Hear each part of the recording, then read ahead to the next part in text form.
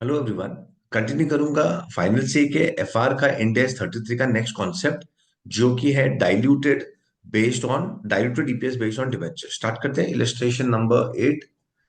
ABC limited has 1 million 10 lakhs मतलब 1 rupee ordinary shares and 1000 10% convertible debentures.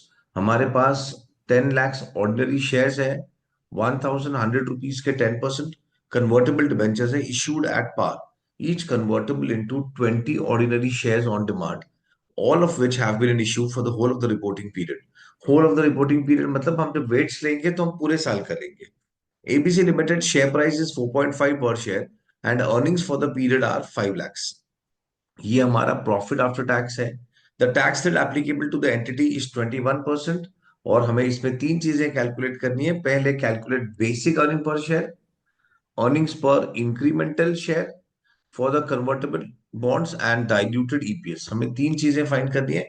Ignore the requirements of financial instruments 109 for the purpose of this section. Fine 109 को हम नहीं देखेंगे, ignore करेंगे। चलो start करते हैं। अगेन इसमें हम क्या कर रहे हैं, हम डाइल्यूटेड ईपीएस फाइंड करेंगे। डाइल्यूटेड ईपीएस का कॉन्सेप्ट क्या होता है कि जो कन्वर्टेबल बॉन्ड्स फ्यूचर में कन्वर्टेबल है, फ्यूचर में वो इक्विटी शेयर्स में कन्वर्ट हो जाएंगे, वो अगर करंट ईयर ही, वो भी स्टार्टिंग में ही करंट ईयर ही, और वो भी स्टार्टिंग में ही कन्वर्ट हो गए होते हैं, तो क्या होता। ये बेसिक डाइल्यूटेड ईपीएस का कॉन्सेप्ट होता है। स्टार्ट करते, तीन चीजें फाइंड करनी। पहले स्टार्ट करते बेसिक अर्निंग पर शेयर से। चलिए, बेसिक अर्निंग पर शेयर, हमारा प्रॉफिट कितना है, 5 lakhs, और हमारा नंबर ऑफ शेयर्स है 10 lakhs। नंबर ऑफ शेयर्स है 10 lakhs, तो 5 lakhs डिवाइड बाई 10 lakhs, तो ये हो गया हमारा 0.5। This is basic earning per share. Next पे आते हैं। फिर हमें फाइंड करना है इंक्रीमेंटल अर्निंग पर शेयर। अब ये इंक्रीमेंटल ईपीएस क्या होता है वो देखते हैं। इंक्रीमेंटल अर्निंग पर शेयर मतलब, देखो, डिबेंचर्स जब कन्वर्ट हो जाएंगे, बॉन्ड्स जब कन्वर्ट हो जाएंगे इक्विटी शेयर्स में, तो उसका इक्विटी शेयर्स बढ़ जाएगा हमारा।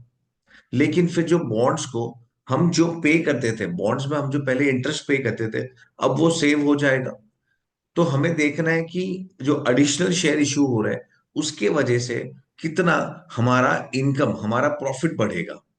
तो देखो, ये जो बॉन्ड है वो है 1100 रुपीज के बॉन्ड, 10% है, 10% उसका इंटरेस्ट रेट है। तो चलिए देखिए, स्टार्ट करता हूं। 1000 बॉन्ड्स 100 रुपीज का, तो उसका फेस वैल्यू हो गया 100। ये इसका फेस वैल्यू हो गया 1 लाख। तो इसका मतलब हम कितना इंटरेस्ट पे कर रहे थे वो देखते हैं। तो 1 लाख पे हम 10% इंटरेस्ट पे कर रहे थे।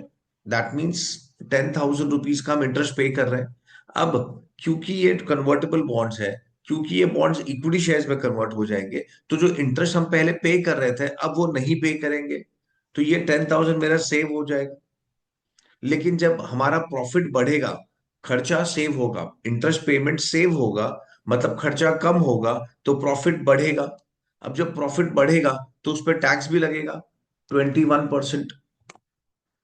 तो अगर सिंपल वे में देखा जाए तो मेरा प्रॉफिट 10,000 से बढ़ेगा, तो उस पर 2,100, 21% का टैक्स भी तो लगेगा।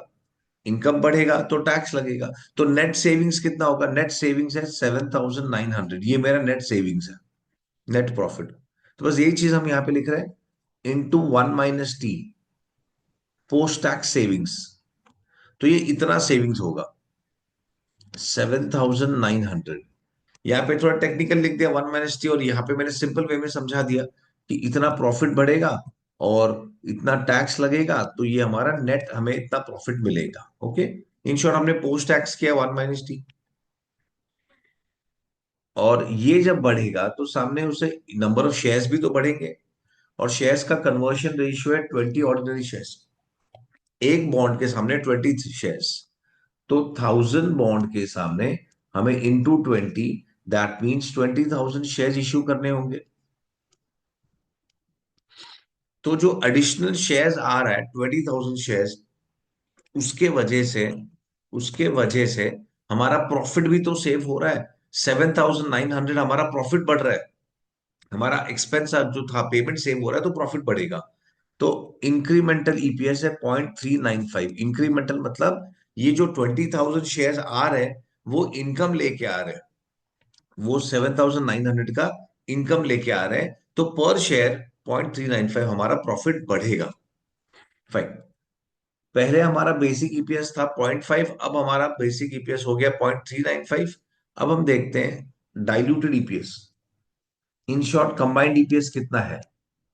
मैंने पहले भी बताया है डाइल्यूटेड ईपीएस का मतलब क्या होता है कि जो फ्यूचर में कन्वर्ट होने वाले इक्विटी, जो जो बॉन्ड फ्यूचर में कन्वर्ट होने वाले हैं, जो इक्विटी शेयर फ्यूचर्स में अराइज होने वाले, अगर वो करंट ईयर ही स्टार्टिंग में आ गए होते तो क्या होता, उससे ईपीएस पे क्या इंपैक्ट आता, वो हमें बताना है।